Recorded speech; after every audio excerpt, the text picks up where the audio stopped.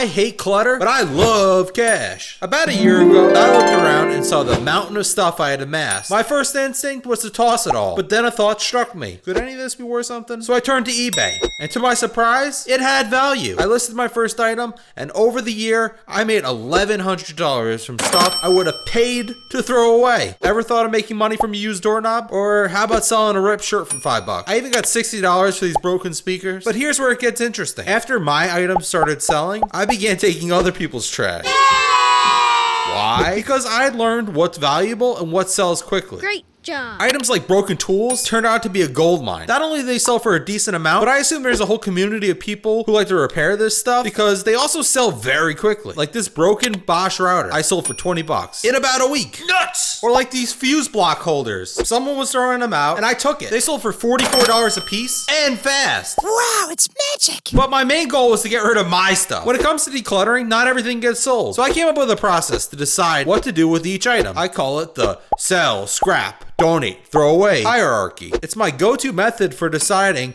what to do with items I want to get rid of. First, I check if it's worth selling. Things I take into consideration is how much it's sold for, how quickly it's sold, how difficult it'll be to ship, and just make a decision if it's worth the time or not. If not, or if it's taking too long to sell, I move on to scrap. Is it metal? Can we get value from that? You'd actually be shocked at how many items actually contain valuable metals. If not, I look into donating to someone who could use it or to a thrift store. And if all else fails, it's time to throw it out. Can I sell it? Can I scrap it? Will someone else use it? Or should I just toss it? That's how I evaluate every junk item. Now, not every item went through exactly this way. You might find something you know someone else will use and just give it away to them. But like this broken DeWalt Sawzall, I'll try to sell it. If it doesn't sell, I can clip the cord for scrap value and also recover the motor for scrap value. I'll get some additional money from the steel parts or these old art supplies. If I don't use them, I'll give them away to a cousin who likes to paint. Reebok sneakers, I got them listed. If they don't sell, I'll donate them to a thrift store. This ripped Brooks Brothers shirt, if it sits too long, it's going in the trash. It's not worth donating due to the risk of someone not seeing the damage when they go to buy it from a thrift store. Different platforms are suitable for different items. Facebook Market and Craigslist work wonders for large, non-shippable items like furniture and appliances. Trouble is, you have to interact with a bunch of people before you sell, and you'll actually have to schedule a time to meet with them. Oh, that sucks. Etsy is great for art, antiques, and things that can be repurposed. Although you do have to pay to list items, and their shipping process is not very easy. I've had some luck with Poshmark, but I'd say the juice ain't worth the squeeze. Mercari is great for essentials and fairly inexpensive items like clothing and housewares. Perfect for cross-posting from eBay. eBay, the gold standard, is the one-stop shop for everything else. eBay is always where I start. When I find an item I want to get rid of, I search the item and filter by recent sales to see exactly what my item is actually selling for now. And here's the real genius. After I found a listing that matches my item, I press sell similar, and about 90% of our work is all done. We just need to add some photos. And oh yeah, about that. Now you need to know how to take high quality photos that clearly show the item. So what did I do? I hung up a white sheet as a backdrop. And for lighting, this work light, which I covered with parchment paper as a diffuser. Definitely not the best, definitely not the prettiest, but a simple free fix that worked for me. And I'm no photographer. Buyers usually don't read descriptions. The photos are actually what sells the item, but mention any issues or defects there and be very clear about it, because any little bit of confusion could lead to a situation like this, where I was selling a mint colored shirt, but the buyer thought I was selling a mint condition shirt. So half his money back and he removed his negative review. Shipping might seem daunting, but it's not. Weigh your item along with the shipping box, enter the weight and dimensions on eBay, and it'll calculate the shipping cost for the buyer. Now, I prefer to ship USPS because they're everywhere. When an item sells, you can generate a QR code on eBay, the post office scans it and puts it on the package for you. So no need to print anything, no need to tape on labels. Boom, easy, done. Let's go!